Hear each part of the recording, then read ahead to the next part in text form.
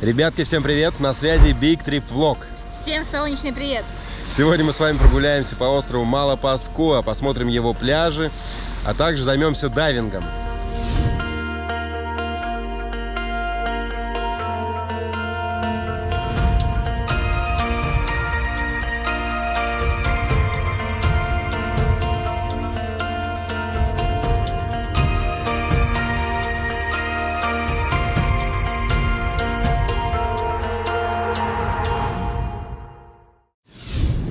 Приехали в гестхаус Липу. Мы сложно добирались. Мы приехали из Сибу-Сити до севера острова Сибу в Порт-Майя. Там мы сели на лодку. Я думала, что будет паром, но в итоге это совсем не паром. Странные опять какие-то сборы были. Сначала фи по 120 песо, потом за лодку мы заплатили 300 песо, но это была не просто лодка, а тоже с какими-то фи. Все как-то не могут сделать в одном порядке. Ждали мы где-то час. Собралось много уже туристов, нас посадили в лодку, мы туда тоже еле сели, проходили через воду с нашими огромными чемоданами, там некоторые туристы, там одна туристка на коленке упала, ну, в общем, это было, прям супер трэшово максимально. Впервые мы такое испытываем, и потом мы на этой банке, на небольшой лодке ехали 1,5 часа, у нас постоянно попадала вода, был сильный ветер, сильные волны, видите, я растрепанная вся, в общем, было не очень весело.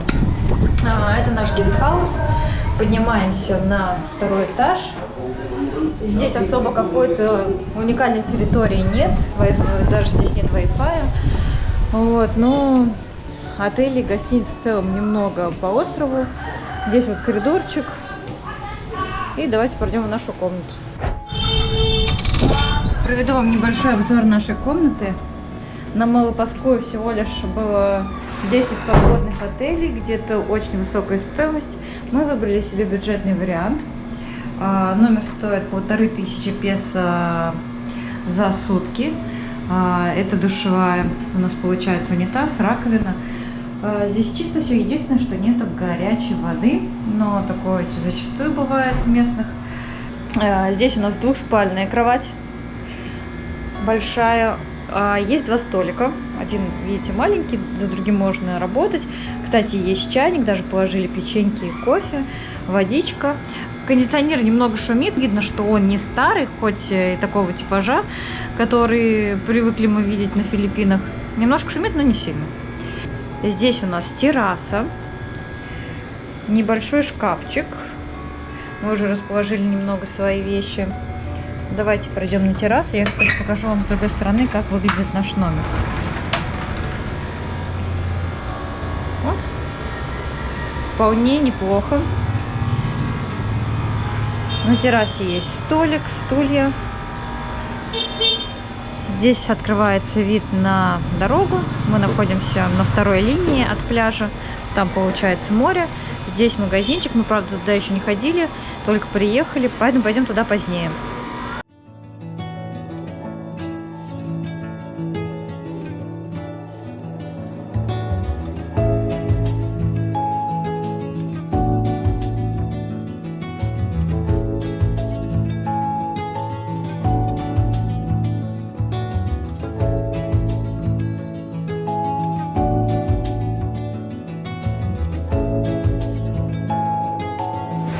Сейчас время почти 9 утра. Мы идем по улочкам острова Малопаскоа. Идем в дайвинг-центр. У нас на сегодня назначено погружение. В очередной раз попробуем дайвинг. Этот остров, он, в принципе, и славится своими дайвинг-школами и подводным миром, соответственно. Сам остров не очень большой. 2,5 километра на километр, поэтому можно гулять пешком.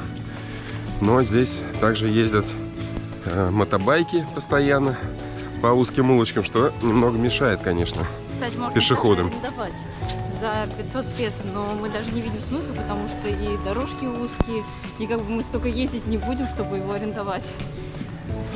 Да, на острове достопримечательностей как таковых нет. Здесь есть несколько пляжей, которые мы вам также покажем. Есть больше 20 дайвинг-школ. В одну из них мы направляемся. Собственно говоря, это мы вам покажем в сегодняшнем выпуске. А мотобайки вот ездят постоянно по узким улочкам. Добавляя небольшой дискомфорт пешеходам.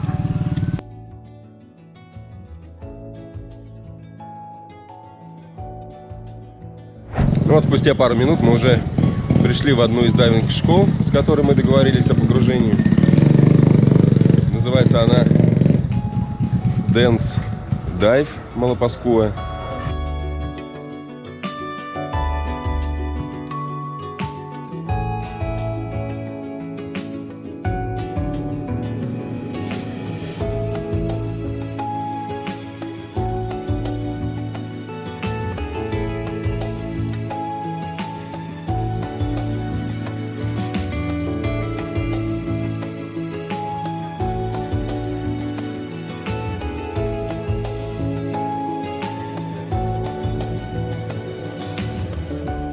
Здесь нам любезно предложили кофе, потому что мы сегодня практически не завтракали, поэтому отказываться от кофе было бы ошибкой.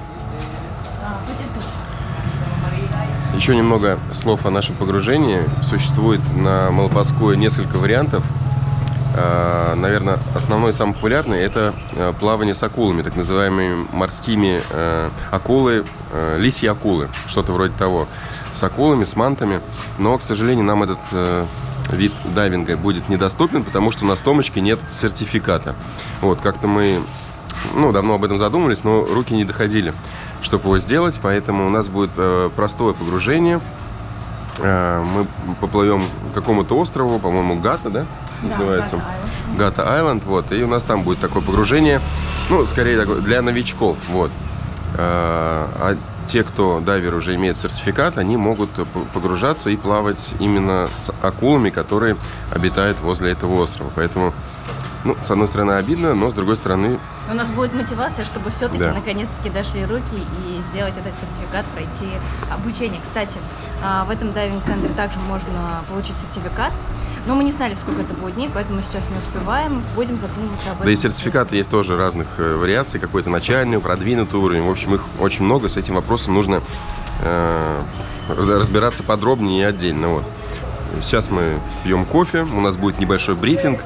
Мы, в принципе, рассказали, что мы до этого пробовали дайвинг. Поэтому небольшой брифинг и дальше отправляемся уже в море. Out of here so we can shear. Okay, the amplifier low amplifier hose, this is connecting to the low amplifier BCD. Later on I will show you how to do that.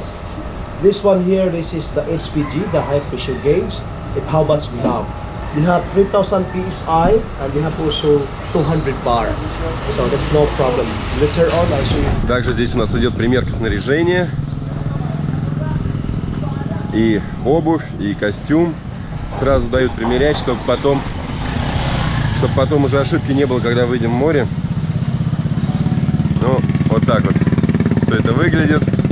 Еще хочу отметить, что очень удобно у этого дайв-центра Dance Dives. У них висит некий баннер на воротах. Здесь обозначены все цены с погружениями.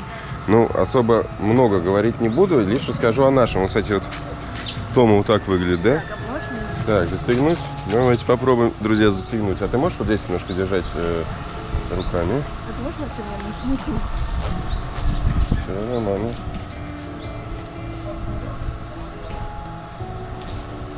Опа. Можно сказать, получилось. Да.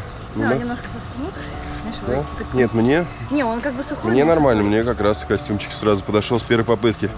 Обычно это достаточно проблематично сделать. Так вот, я вам рассказывал немножко о ценах, о том, что здесь есть баннер с ценами, поэтому очень удобно ориентироваться.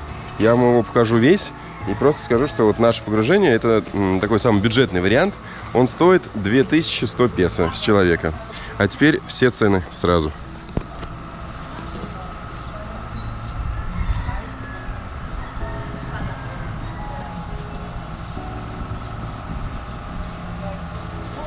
Но, как я уже говорил ранее, что не все погружения доступны для новичков без сертификатов, таких как мы. Потому что для некоторых погружений нужен обязательно сертификат. Поэтому тоже об этом стоит задуматься. Ну и в принципе на Малопасское приезжают лишь по двум причинам. Либо чтобы подавить, либо чтобы почилить возле пляжа. И то мы вам сегодня покажем. В первой части выпуска будет дайвинг, во второй части выпуска мы с вами прогуляемся по нескольким самым популярным пляжам острова.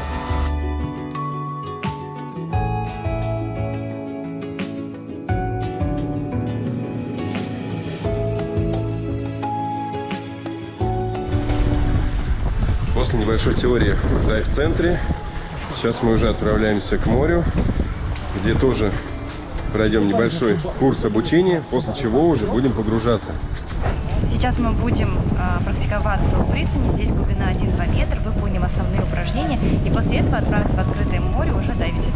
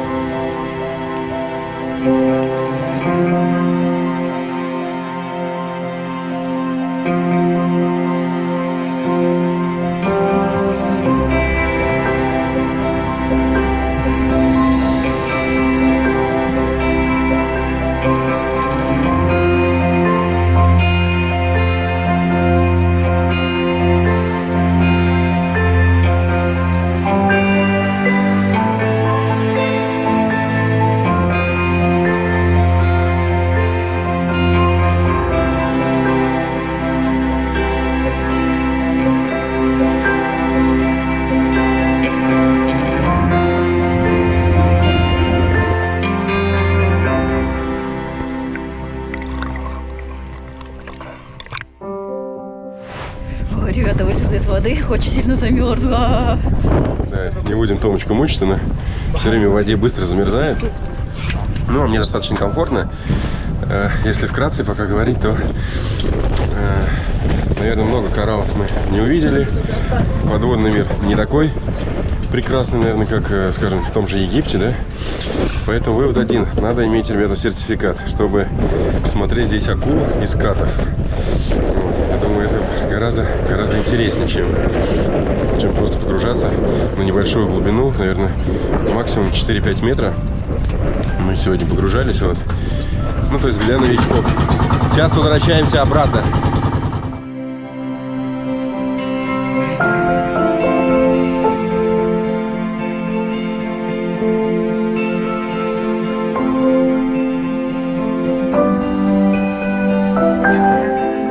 Сейчас мы вернулись в дайвинг-центр. Немного покажу вам на карте, где мы сегодня дайвили. Получается, это было рядом с пляжем Баунси, с основным пляжем на юго-западе. Вот в этой небольшой бухточке. Вот здесь мы обошли и здесь дайвили. То есть совсем недалеко от острова Малопаское. В плане практики для меня было неплохо, потому что до этого, когда я дайвила, у меня были проблемы со звоном в ушах, голова кружилась. В этот раз прошло все идеально, потому что мы погружались неглубоко, всего лишь на 5 метров.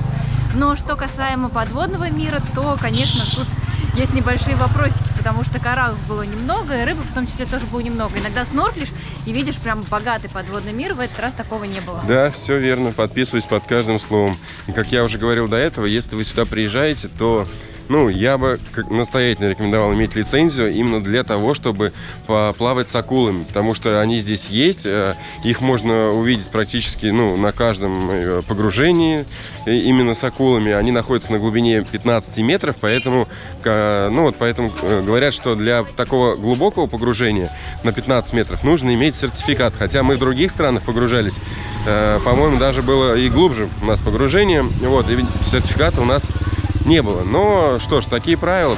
Сейчас после дайвинга мы идем на пляж Баунси. И вот знаете, бывает такое, что есть какие-то ожидания от острова, но они совсем не совпадают с реальностью. Вот, например, я читала о том, что это тихий, спокойный остров.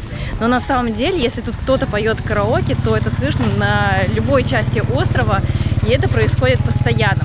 Также читали, что здесь нету скутеров, везде ты ходишь пешком. Тут они везде, мы уже показывали вам утром, что неудобно ходить.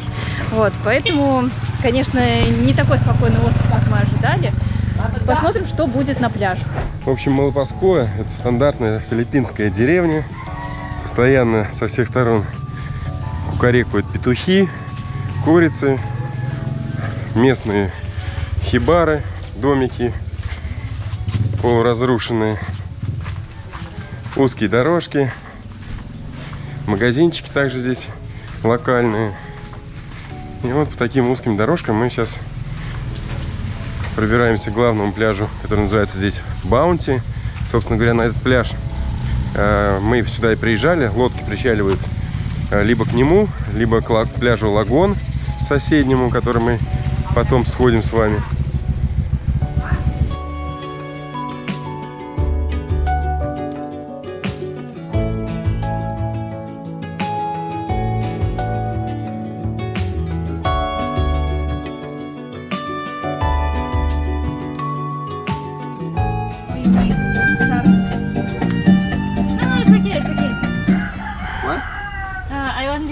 To see how you make. Yeah, it's handmade. Handmade. You take the picture. Сейчас мы по дороге зашли к местному жителю в дом. Смотрим, как он делает сувениры. Здесь самый популярный сувенир — это вот подобные акулы с длинным хвостом. Поэтому они называют лисьи акулы. Но это вот на дайвинге как раз можно увидеть при погружении. И вот так их вырезают здесь вручную, делают.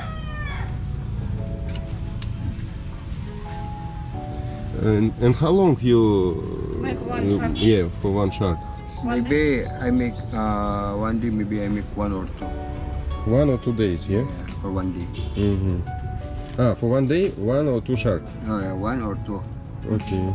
The bigger is 2 days. 2 days. 2 days. Ну, вот такую большую акулу This one is 1 week.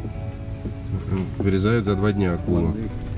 1 week. А вот такую местную лодку за неделю. 1 week Мастер after делает. finish, yeah. Ну, а обычно, как нам сказали, он делает 1-2 акулы, подобного размера среднего. 1-2 акулы в день. We have name in the stomach of the shark. My name. We have name. Окей. The side. Ага. This one. Вот даже свое имя здесь гравирует. Хулито Туйко? Yes. Окей. Nice to meet you. This is nice wood, special wood from Wood. Finland, mahogany wood. Окей. Mahogany. This one is deep, this binonga like this. Как нам пояснил местный мастер, акулы эти делаются из различного дерева. То есть вот это вот дерево очень хорошее и качественное, вот из которого большую акулу. К сожалению, название этого дерева я не помню. А те, что поменьше акулы, делают из какого-то местного дерева, которое прямо здесь на острове они легко находят. Она тоже какой-то мягкая структура, но она еще не лакирует. Ну, без лака, да, она просто отшлифована. Вот такая вот. Такой вот мелкий сувенир. Чуть дальше мы увидим палаточки, в которых уже много-много готовых вариантов таких продают для туристов, да. И еще бывают такие прям магнитики, то есть здесь вот приклеивают магниты, и можно на холодильник вот такую лисью акулу прикрепить. Да, поэтому вот, если на дайвинг не получилось у нас сплавать с акулами, то можно хотя бы приобрести небольшой сувенир. Smaller, maybe. Продавцы бывают разные в местных магазинчиках, бывают и вот такие. Чего рычишь? Не рычи, давай, не рычи, давай. Понюхаемся, давай. Все. Главное знать направление к пляжу, чтобы примерно понимать, в какую сторону вам идти. И тогда вы сможете сквозь эти узкие тропинки, улочки между домиками местными, между магазинчиками как раз добрести до пляжа. Выращивают папайю на деревьях. Много различного скота, фруктов.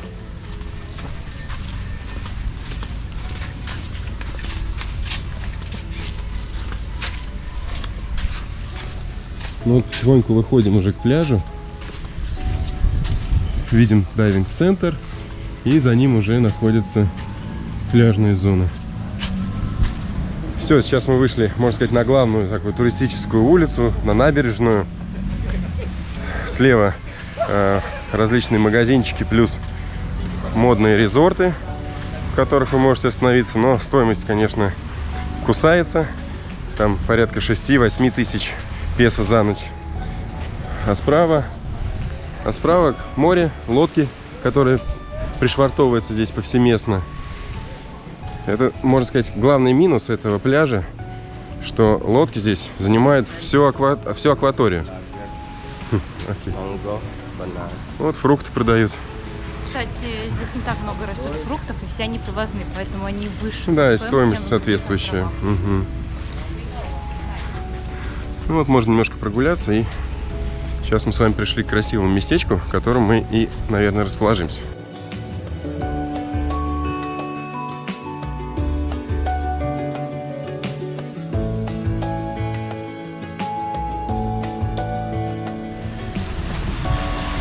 Здесь шикарные кресла, на которых можно отдыхать.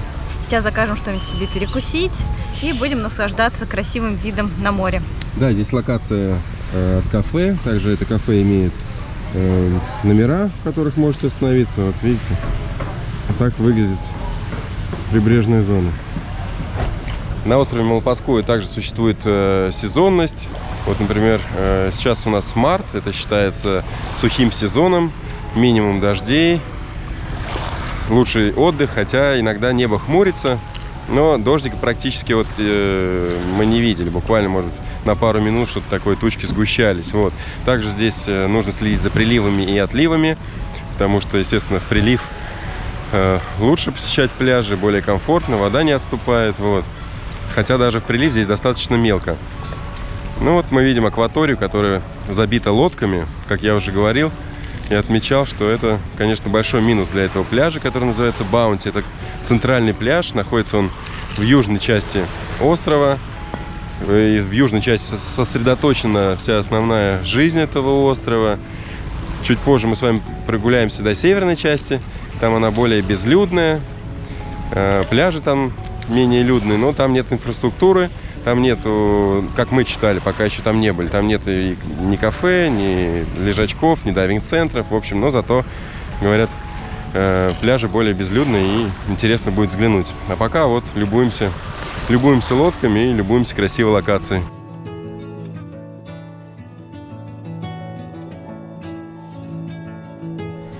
Сейчас иду в кафе, чтобы взять меню, потому что не всегда к вам могут подходить оперативные официанты. Вот по дороге я спросил у продавца фруктов, сколько стоят у него фрукты. Вот в частности манго. Он сказал 150 песо за 2 манго. То есть это, конечно же, гораздо дороже, чем на материковой части. Потому что там манго стоит порядка 100-120 песо за килограмм. А здесь получается, наверное, полкило, 2 манго, это где-то, да, полкило получится за 150 песо. Но остров, туристическая зона, где фрукты практически не выращивают, практически. Вот только вот папайя вот мы встречали, где-то, может быть, бананы немножко, вот, но манго мы не видели, чтобы выращивали, поэтому фрукты в основном привозные. Вот так выглядит кафешка, в которой мы остановились. Здесь я взял меню, которое мы изучим. Потому что, насколько вы помните, мы еще даже не завтракали сегодня, только вот кофе попили в дайв-центре. Ну, теперь что-нибудь выберем здесь перекусить. Дорого, конечно. Даже я бы сказала, что здесь дороже, чем на острове Сиаргао, потому что основные блюда, стоимость у них 450-550 песо. Но можно заказать недорогие супчики за 190, там 280-380 песо. Бургеры 350, пицца 500 песо. Причем это просто бургер 350, а если чизбургер, то есть бургер с сыром, уже 390. Да, ну да, цены островные. Да, но на самом деле я смотрела несколько ресторанов, здесь цены практически везде одинаковые. Дешево питаться мы покажем вам позднее где. Да, но это, скорее всего, вечером на ужине, да? Да. Удивительно, но зато здесь не такие дорогие напитки. Например, свежевыжатый сок от 90 песо, это из Каламати. А такие уже поинтереснее 100-120. Поэтому зато напитки хорошие. Поэтому мы думаем, сейчас возьмем пиццу, возьмем тыквенный супчик. Сколько стоит пицца и напитки, и соки? Пицца 500 песо, тыквенный суп 190. Либо, может, вот такой, вот, знаешь, возьмем типа панини, вот такой можно. Ну да, может быть, не пиццу. Все-таки 500 песо тоже немножко так дороговато. Вот, посмотрим. Взяли пару напиточков. У меня фруктовый микс-шейк. У меня получается морковь, яблоко и джинджер, да, имбирь. Ну, У меня очень вкусно. у меня средненько. Попробуй. Средненько. Микс-фрут, конечно, вкуснее, да? Да. Угу.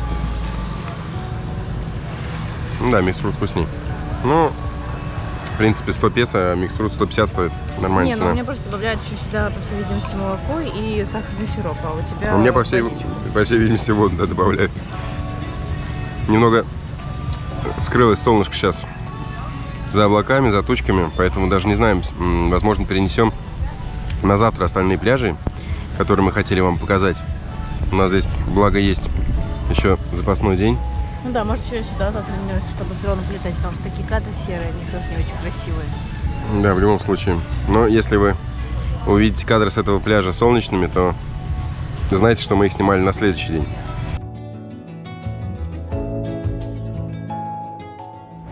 В итоге мы заказали себе еще тыквенный суп и местную лапшу с курицей, которая называется пансик.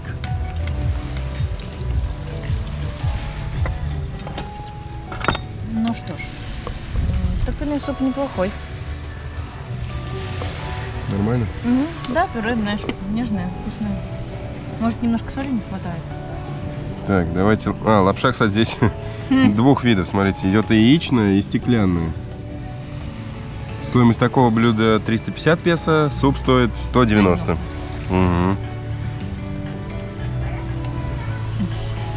Забавно, просто мы хотели сначала вообще стеклянную лапшу заказать. Они сказали, что ее нет. И в итоге почему-то смешали две. Да, но, надо признать, порция большая. Да. Здесь просто тарелка очень большая, поэтому... Слушай, на самом деле суп, смотри. Угу. Половина тарелки. Ну, нормально. В общем, час дня мы первый раз полноценно питаемся. У нас наступил следующий день. Мы ждали солнышко, показать вам более красивые кадры пляжа.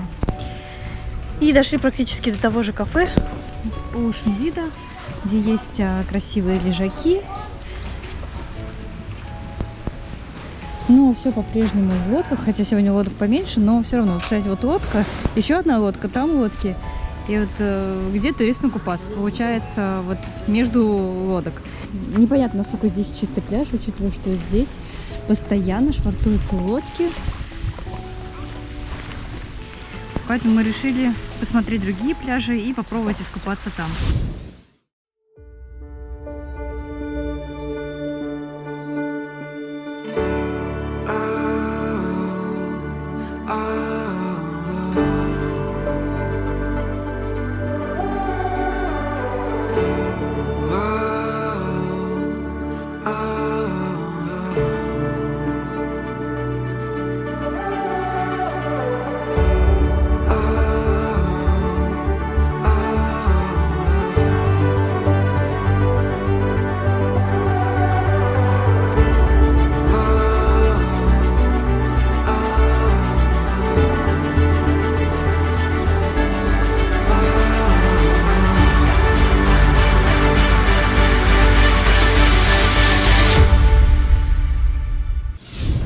Кирилл пока летает на дроне, я хочу пойти к кофейне и взять там кофе. Поэтому я сейчас иду немножечко обратно от этого кафе, буквально метров 30. Заверну, и там находится единственная кофейня. Ну, возможно, когда вы приедете на этот остров или посмотрите это видео, появятся еще кофейни на острове, потому что здесь все быстро развивается, постоянно что-то строится, меняется. Кстати, вот здесь можно посмотреть цены на массаж. Самый дешевый получается 500 песо. Это Swedish массаж, сухой 700 и столовый Вера массаж 600 песо.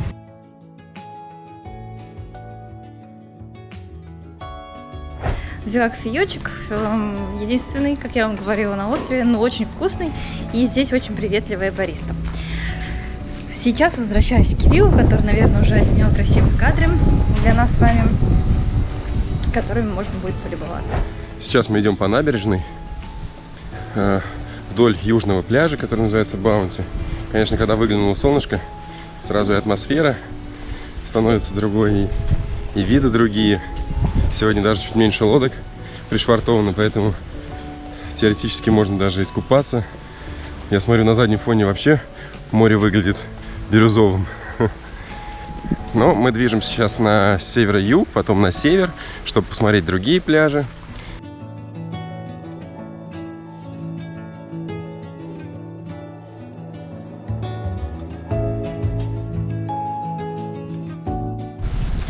Как я уже говорил, южная часть острова самая популярная, поэтому именно здесь сосредоточены основные кафе, дайв-центры.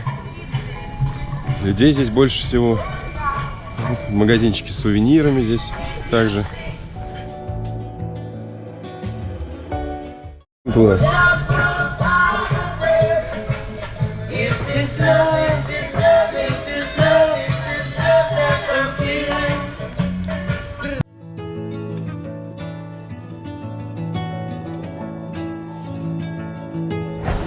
Спустя, наверное, минут 10 нашей прогулки мы пришли на юго-запад острова. Здесь расположен пляж Лагон. Мы только вышли, оглядываемся, пока здесь... До этого мы здесь не были. Видим много водорослей. Также припарковано много лодок. И здесь находится основной пирс, с которого можно отсюда уплыть с этого острова. То есть лодки приплывают иногда сюда, иногда на Баунти, на южный пляж, а уплывает отсюда. Зависит это от сезонности. Например, мне сегодня сказали, что сегодня сезон рифов, поэтому больших волн. Поэтому лодки приплывают именно на Баунти-Бич. Но когда обычный сезон, штиль, то приплывают на этот пирс.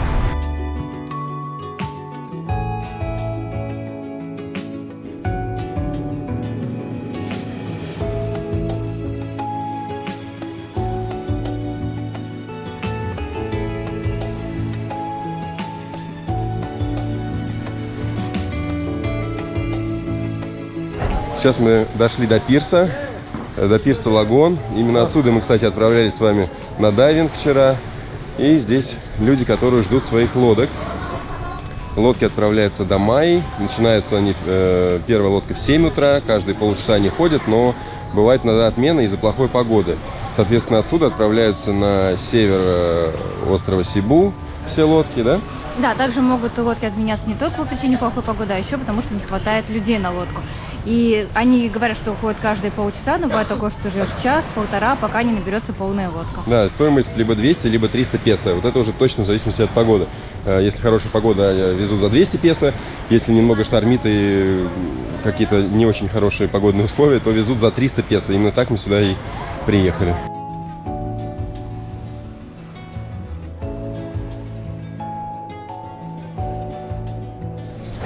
Ну, как вы видели, сам пляж Лагон не шибко-то пригоден для купания, потому что не так много пространства.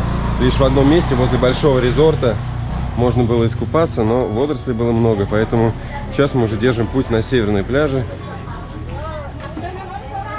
Проходим фруктовые палатки, кстати, но фрукты здесь достаточно дорогие, потому что привозные, да?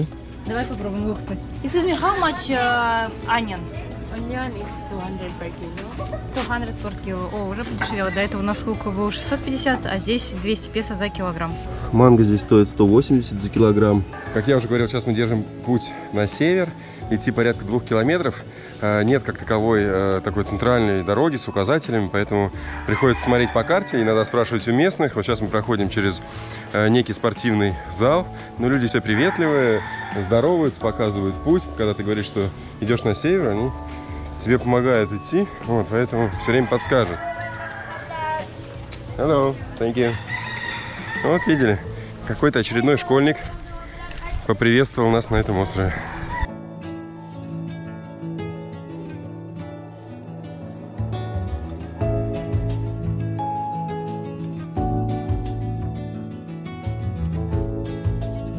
Прошли порядка 1,5 километров. Мы сейчас скорее в западной части находимся у острова. Здесь тоже есть небольшой пляжик, но никак не обозначенный на картах. Совсем нет у него никакого имени. Но купаться тоже достаточно неудобно, потому что после захода метров через 10 уже мы видим камни большие. Поэтому только лишь группа местных людей здесь сидит. Вот, поэтому мы идем чуть дальше. Нам еще порядка 650, наверное, метров.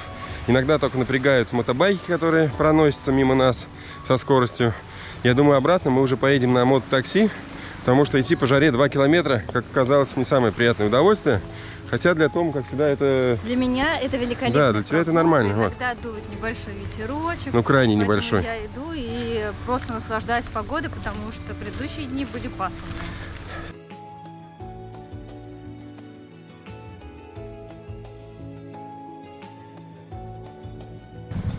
Еще одна небольшая бухта, не обозначена на картах, но здесь припаркованы лишь лодки. Очень много пляжей на Малопаскуе. Такое ощущение, что действительно предназначены только для них, только для лодок. Кстати, еще не рассказал вам любопытный факт, как переводится название острова Малопаскуа. Малопаскуа — это переводится как «плохая Пасха». Я читал какую-то легенду, либо это исторический факт, не знаю точно. Так назвали, потому что испанцы, когда плыли возле берегов этого острова, напоролись на рифы, на скалы, и это все случилось в канун Пасхи. Поэтому они, когда сюда высадились, назвали этот остров «Плохая Пасха». По дороге к северным пляжам наткнулись на указатель, который гласит о том, что здесь находится маяк. Ну, я, пожалуй, подожду здесь, а Томочку отправим наверх посмотреть. Странно, что здесь никого нет, потому что видно, что есть какой-то стульчик, то есть здесь как будто раньше собирались за вход. Возможно, эта территория сейчас заброшена, но отправляем Тому. Давайте пройдем, посмотрим. К маяку ведет лестница с крутыми ступеньками.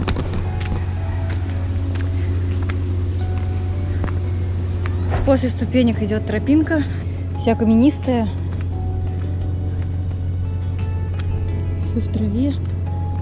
Интересно, как долго будет продолжаться она.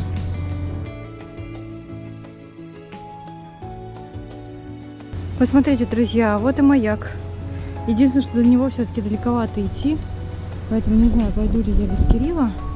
Наверное, не стоит, потому что он меня потеряет.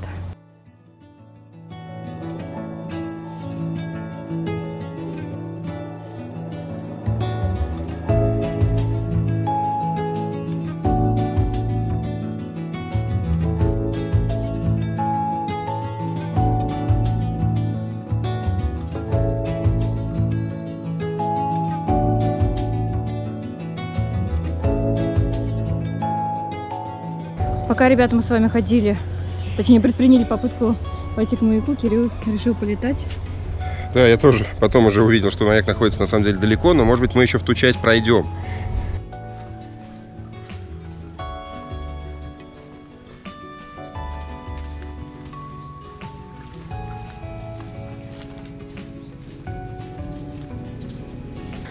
Проходим через местные деревушки, домики, видели, как местные стирали белье.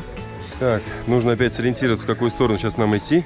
Влево-вправо, мы уже очень близко до нашей первой точки с пляжем, который будет называться Гуим-Битаян. Мне кажется, нам сюда, но сейчас Томочка сверится по картам.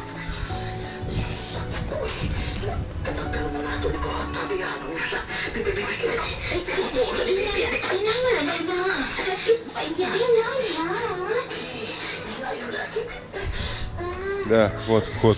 Вот вход написано. Entrance. Увидели местную школу. Гуим-Битаян Elementary School. То есть это начальная детская школа. И проход совсем рядом. Вот это получается в школу, а вот это на пляж.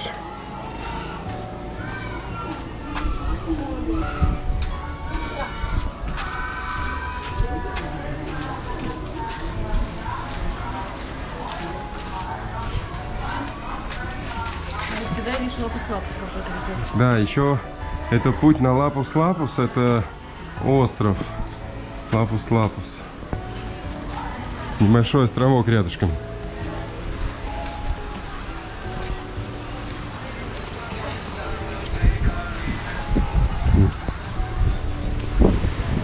Ну что, опять все заставлено в лодках. Райское местечко здесь нет, да?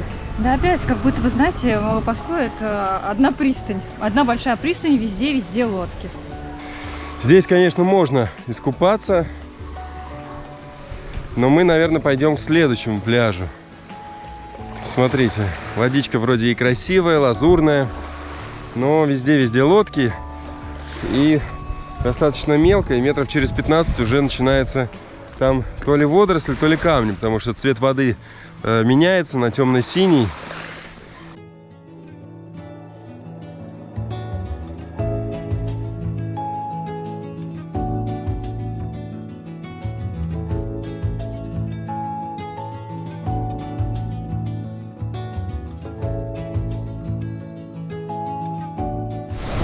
Наверное, 2 минуты мы шли с прошлого пляжа на этот. И сейчас мы у главного северного пляжа острова, который называется Лангоп. Здесь лодки есть, но они находятся чуть поодаль. Ближе к деревушкам, к домам ближе. Но здесь есть другая проблема на этом пляже. Очень много водорослей. Огромное количество. Вот этот запах стоит, знаете, цветение. И в море тоже. В море очень много водорослей. И также посмотрите на волны. В отличие от пляжа Баунти или любого другого, мы удивлены увидеть здесь хоть и небольшие, но все-таки волны.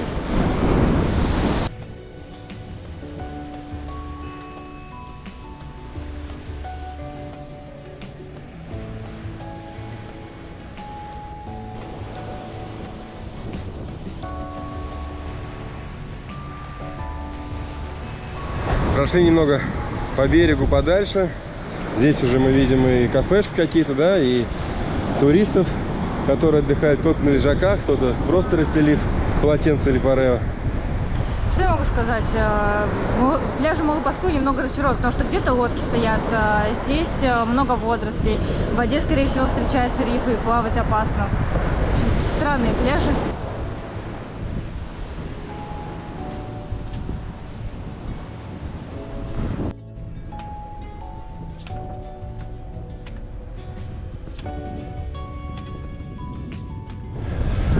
Решили немного попить кокос, поэтому вместо палаточки взяли кокос за 80 песо. Конечно, это дороже, чем обычно. Обычно там 50 песо, бывало еще дешевле. Вот. Но здесь на острове 70-80 песо – это стандартная цена для кокоса.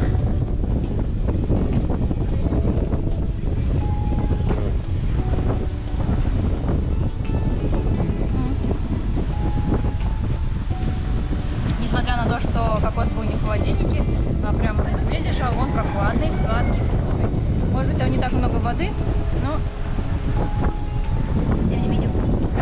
Не зря мы проделали такой путь, чтобы посмотреть на эти пляжи и уйти, поэтому все-таки решили расположиться здесь в теньке. Взяли с собой парео. поэтому полчасика, наверное, полежим, отдохнем, посмотрим. Может быть, даже немного искупаемся и полетаем на дроне.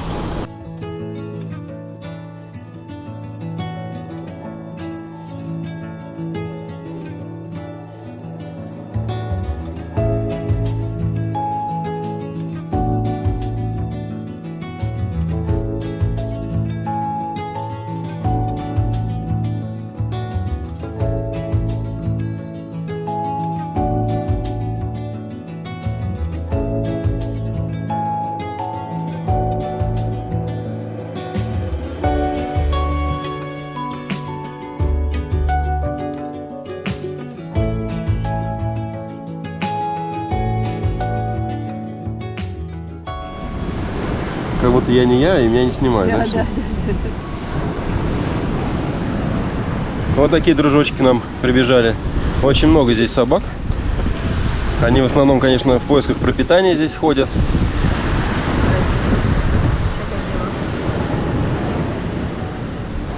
Все-таки, я думаю, надо искупаться на этом пляже, посмотреть, какие здесь волны, посмотреть, какое дно.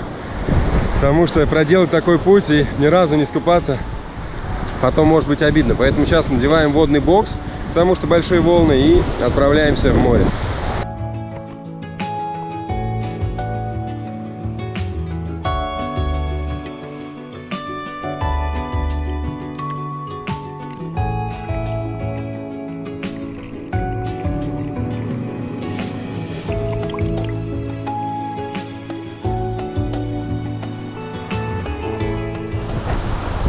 На самом деле эмоции достаточно смешанные. Вроде искупаться хорошо, а с другой стороны водорослей очень много в воде, поэтому не совсем комфортно.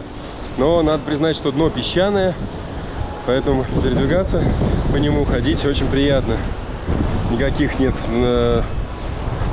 камней, кораллов, поэтому в этом плане очень удобно. Если бы еще не огромное количество водорослей, хотя сейчас даже не время отлива, то есть сегодня мы отлив смотрели, он после 2 часов, сейчас время 1 дня.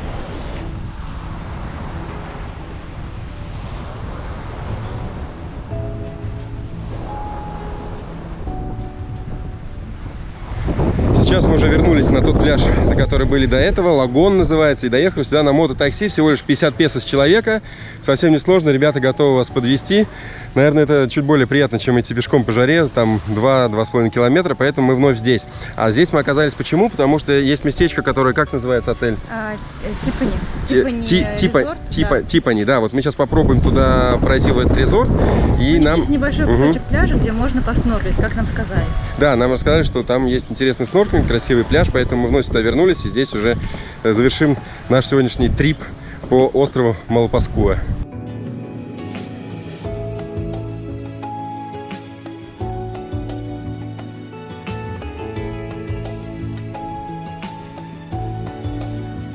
Сейчас мы идем по территории резорта. Нас любезно согласились сопроводить. Плюс к этому нам не нужно оплачивать никакую сумму за проход. Все абсолютно бесплатно. Нам дали бумажку, на которой написаны некие правила. Вот, ну и сейчас мы спускаемся к пляжу. Кстати, здесь есть резорты, чтобы здесь остановиться. Необходимо 10 тысяч песо за одну ночь вот в таком домике. Да, друзья, поэтому если у вас есть 10 тысяч песо, то, пожалуйста, можете остановиться и в этом резорте. Он выглядит, конечно, великолепно. С частным пляжем. Ну, сейчас посмотрим поближе.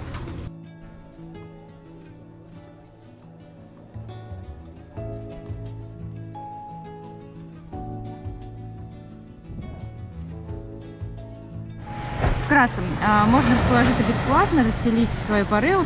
Это можно делать с левой стороны. Можно также арендовать лежак и зонтик. Стоимость одного лежака 200 песо, зонтика тоже 200 песо на весь день. То есть 400 песо за комплект, правильно понимаю? Да, но это один лежак и один зонтик. Да. Если 2 лежака, то получается это 600 песо. Ну да. Ну, поскольку у нас есть порыв, я думаю, мы здесь на пляжике, да? Да, и подниматься к ресепшену не обязательно, можно выйти с правой там стороны. Да, здесь вот уютно, есть зона с лежаками, с зонтиками. Также есть ресторанчик, где можно что-то перекусить, поесть, также взять напитки.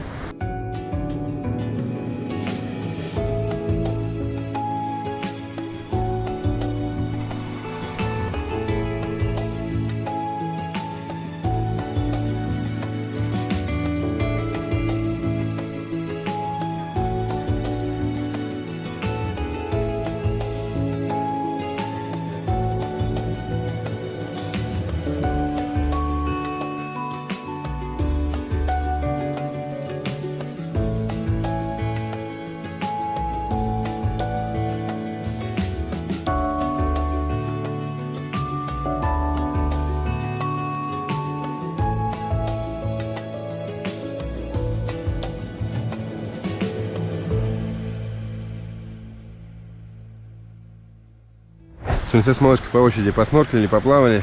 Но, ну расскажи. У меня для вас две новости. Одна Да. хорошая, другая плохая. Плохая, акулу вы не увидите, но акулу увидела я. Она была среднего размера. Средняя какая? Вот такая, что ли? Ну, да, примерно такая. Хвостик у нее красивый был. Но она быстро так проплыла, что я не успела просто включить камеру и подснять ее для вас. Да, ну а у меня тоже две новости. Значит, первое, то, что хорошее, это я искупался в водичке, поплавал, посмотрел рыбок.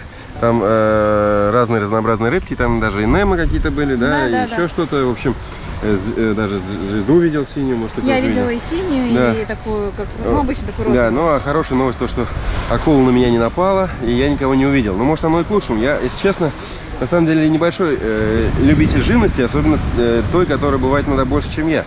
Вот, поэтому не увидел и не увидел, поэтому для нас на этом острове акулы останутся таким, наверное, ну ты вот одну видела. Я а видела, да, действительно, с таким хвостиком интересным, поэтому я прям, знаете, завершила Гельштадт. Да, ну а я, видимо... А тебе так, магнитик купим.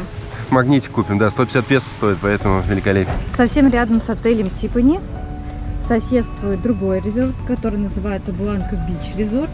Мы здесь вчера занимались дайвингом. Здесь у нас проходил инструктаж. Но, получается, на дайвинге мы тоже не увидели акул. Но вот сегодня во время снорклинга я хотя бы смогла увидеть одну. Сейчас вам покажу, как выглядит этот пляж с берега.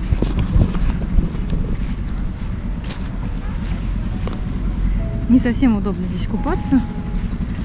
Каменные глыбы. Сюда также прибывают лодки с дайвинга, снорклинга.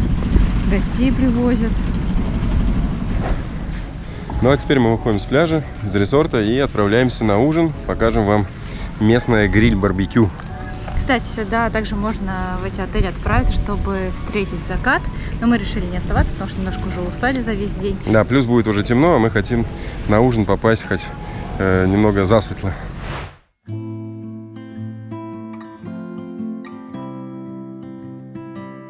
Засветло на ужин нам прийти не удалось, поэтому пока мы зашли в номер, помылись, переоделись, вот сейчас вышли к местным барбекюшницам.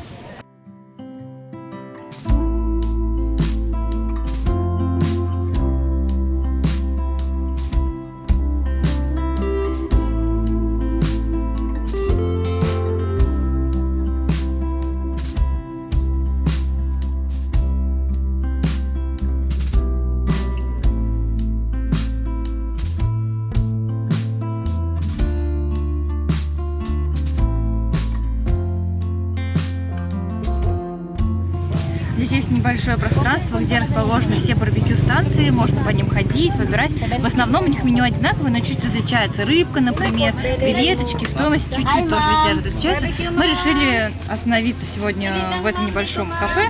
Выбрали рыбку, свинину, овощи, поэтому сейчас будем ужинать.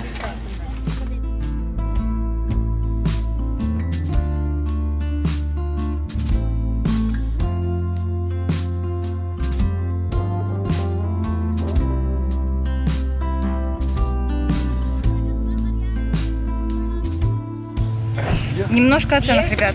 Свининка на шпажке это 30 песо, большой кусок свинины 170, маленький 70. Вот такой у нас здесь наборы из эскалоп.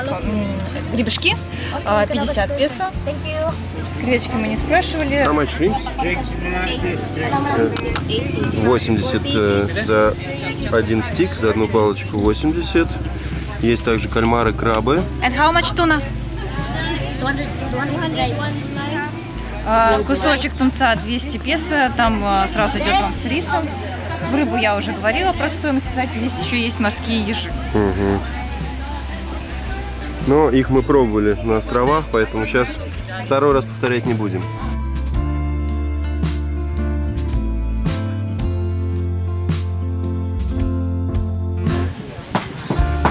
Нам уже принесли гребешки, принесли креветки. Очень быстро здесь готовят все. Ну, это, конечно, невнятно. В сливочно-чесночном соусе великолепие. Для тех, кто гребешки не пробовал, могу лишь отметить, что по консистенции они чуть более плотные, чем креветки. Больше похожи на кого? Ну, на мягких таких осьминогов, наверное, да, то есть на мягких на мягкого кальмара. Нежнее, но мясо более плотное. Так, нам уже принесли кукурузку, принесли шпажку свиную. Так, все неплохо выглядит.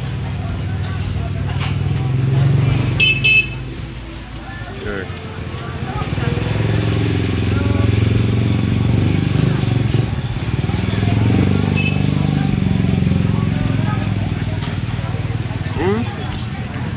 Неплохо, неплохо. Они ее чем-то смазывают, потом на гриле. Может быть, не такая сочная.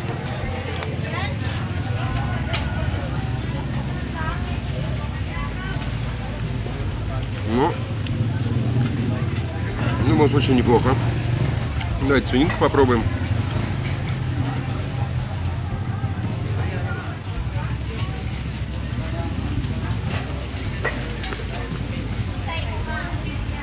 Филиппинцы называют это филиппино стайл, филиппино соус. То есть они каким-то сладким таким специальным средством мажут. Свининка получается вкусная, сладкая, мягкая. Весьма, весьма. Данный фудкорт, наверное, подходит больше для, скажем так, либо для бюджетного ужина, ну и также здесь можно обедать, наверное. Вот. И для тех, кто хочет попробовать какую-то местную кухню, попробовать морепродукты, потому что здесь они свежие каждый день.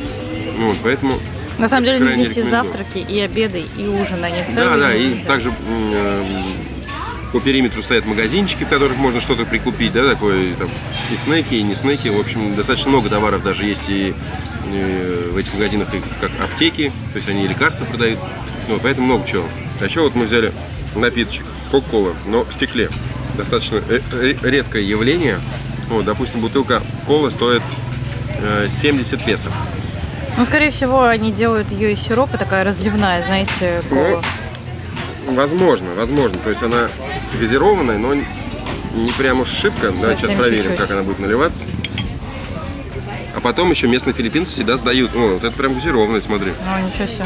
Да, Видимо, на жаре не стояла. да, да. А потом Мы еще просто местные... видели, как ящики у них газировки стоят прямо на жаре. Ну да. А потом местные еще сдают эти бутылки стеклянные из-под пива и из-под газировки. И получают какую-то небольшую денежку обратно. Ну, с рыбой мне не очень повезло, потому что она имеет горький оттенок. Может быть, я, знаете, просто не умею выбирать рыбу. Вот, ну, не знаю. Рыба, значит, немножко не дожарилась. Я не знаю, у нее корочка, видите, уже спеклась, да, а внутри она такая.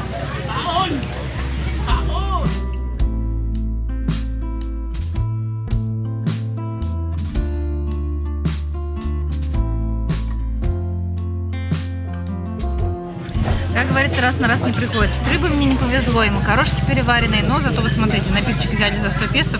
Это дайкири из манго. И, между прочим, это не один из коктейлей, они в подарок приносят второй. Да, happy hours у нас. И вот такое вот украшение из 90-х в виде зонтика. Интересно. Ну давайте на вкус это. Это пойло. Странная трубочка, разрезанная напополам. Ладно. Ну, много сиропа. Действительно, есть манго, алкоголь я не особо чувствую. Дайте-ка я попробую. Вот у меня есть такая же. Вот. Красота неописуемая, конечно. Вот так вот сделаем. Вот так вот. У нас теперь рыбка украшена. Очень много сахара, как будто бы, или сахарного сиропа. Не знаю, но там есть какой-то алкоголь. В дайкири что идет обычно? Не пойму, то ли ром, то ли текила, что, да? Ну, в общем, здесь какой-то местный, наверное, ром. Я его совсем не чувствую в своем бокале. Не, у меня есть, давай-ка я твой попробую. Попробуем. У меня там просто какая-то сладуся жесткая. Не, сладуще, да, но алкоголь чувствуется. Ой, у тебя, Еще слаще. если он еще слаще, но алкоголь чувствуется, да. Ну, не может, знаю. я маленький глоток совсем сделала. В принципе, если немножко разбавить каким-нибудь соком, то неплохо в целом. За 100 песо 2 коктейля дайкири. О чем мы можем Вообще мечтать? что критиковать здесь мы можем? Ну, посмотрите, великолепная обстановка. В сувенирной палатке все-таки мы купили акулу на память. Здесь небольшая надпись с названием острова Малопаскоа. Ручная работа. Повесим на наш холодильник. Стоит 150 песо. Ну а если вам понравился наш выпуск и понравился остров Новопаское, обязательно ставьте лайки, задавайте любые вопросы в комментариях. Ну а мы отправляемся дальше исследовать другие острова на Филиппинах. Всем пока, друзья! До новых встреч!